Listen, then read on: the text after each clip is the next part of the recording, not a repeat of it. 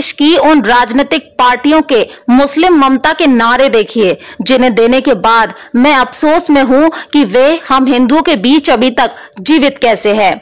मुस्लिम साथ दे तो हम बीजेपी को हरा देंगे, मायावती। और ये कथन लोकतंत्र का है। मुसलमान और यादव को एकजुट होकर अपनी ताकत हिंदुत्व को दिखानी चाहिए, लालू प्रसाद यादव। ये कथन भी लोकतंत्र है। मुस्लिम और दलितों को एक हो जाना चाहिए, केजरीवाल। ये भी लोकतंत्र है। मुसलमान और यादव हमारी ताकत हैं, मुलायम सिंह। ये भी लोकतंत्र है। मुसलमान मेरे दिल में है, मुसलमान मेरा भाई है। मैं इस्लाम को मिटने नहीं दूंगा, इस्लाम मेरी रूह में है।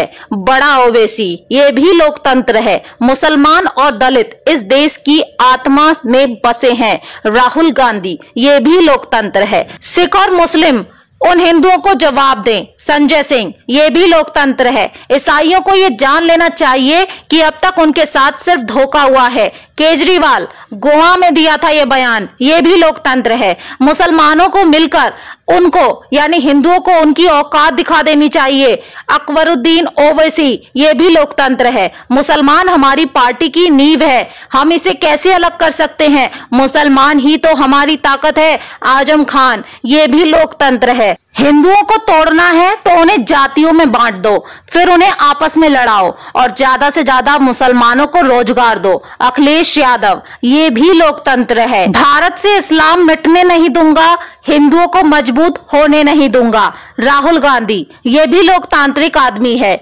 इस्लाम अगर साथ दे तो मैं बंगाल को मुस्लिम देश बना दूं, ममता बनर्जी। ये भी लोकतंत्र का नाराए तकवीर है। हम सिर्फ हिंदुओं पर रोक लगा सकते हैं या रामायण महाभारत में युद्ध पर दिए गए ज्ञान को हिंसक बता सकते हैं, लेकिन कुरान की हिंसक आयतों में सुधार केवल मुस्लिम वक्फ बोर्ड ही कर सकता है, सुप्रीम कोर्ट। ये भी संविधान का ही लोकतंत्र है। पर अगर भारत में कोई हिंदुत्व की बात कर दे, हिंदुओं एक हो जाओ कह दे, तो वो सांप्रदायिक हो जाता है। वो देश की जनता को भड़का रहा है, देश में अशांति फैलाने का प्रयास कर रहा है, गंगा जमुनी संस्कृति में दरार पैदा कर रहा है।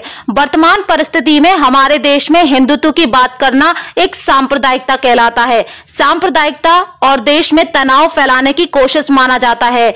बाकी कोई कुछ भी कह ले, सब कुछ लोकतंत्र है। लेकिन विश्वास कीजिए दोस्तों, अगर हम हिंदुत्व को बनाए रखना चाहते हैं तो हिंदुओं को एकजुट और एक मत होकर रहना ही होगा।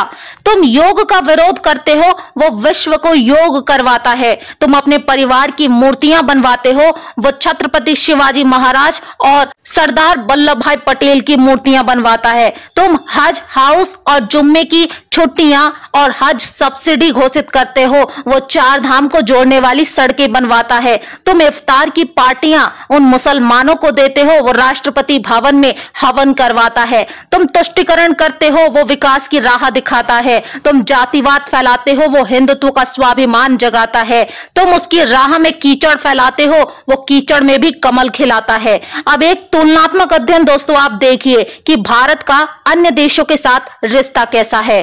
दोस्तों एक समय था कि अफगानिस्तान में बौद्ध मंदिरों को तोपों से उड़ा दिया गया था और आज वहां के राष्ट्रपति हमारे देश के इतने पक्के मित्र हैं कि हमारे देश पे आतंकवादी हमला हुआ तो उन्होंने दक्षेश सम्मेलन में पाकिस्तान जाने से साफ इनकार कर दिया। एक समय था जब ईरान हमारी एक नहीं सुनता था, आज उन्होंने भारत को चाबार बंदरगाह बनाने और ईरान में अपनी फौजें रखने की इजाजत दे दी है।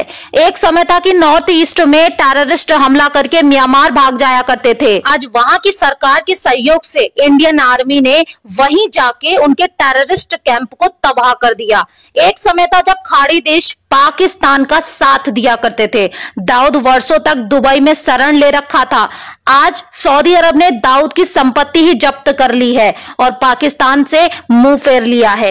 एक समय था जब खाड़ी देश भारत को कमजोर और गरीब समझते थे, आज अचानक ऐसा क्या हुआ जो उन्होंने भारत के पीएम के आगमन पे अपने यहाँ पहला हिंदू मंदिर बनाने के लिए जमीन दे डाली।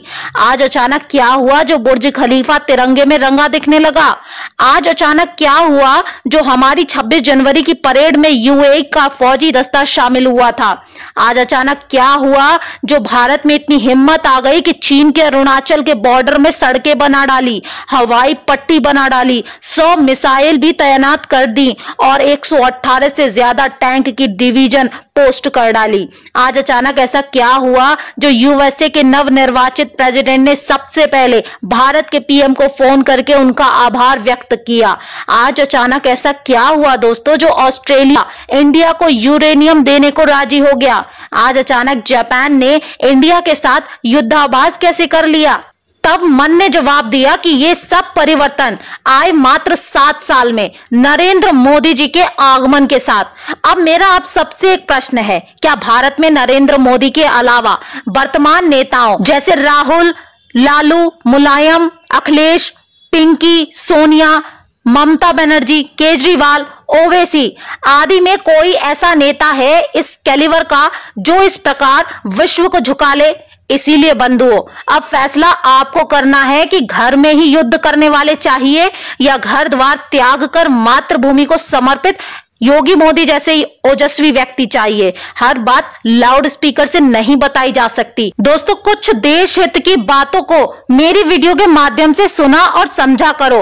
देश और हिंदुत्व को बनाए रखना है तो वीडियो को खुद तक सीमित मत रखिए, बल्कि ऐसी जनहित वीडियो को शेयर किया कीजिए ताकि हिंदू जागे और सच में अपनी आंखों से देखे। वीडियो को अपने दोस्तों पर शेयर करके सांस्कृतिक, धार्मिक विश्वास की सेवा करे। कमल को वोट बकवास के लिए नहीं बल्कि विश्वास और विकास के लिए देना है। सोच लीजिए, इस समय भारत में यदि विकास और हिंदू राष्ट्र नहीं बना तो कोई पार्टी नहीं है भारत में जो हिंदुओं और भारत के लिए सोचने वाली है। फैसला आपको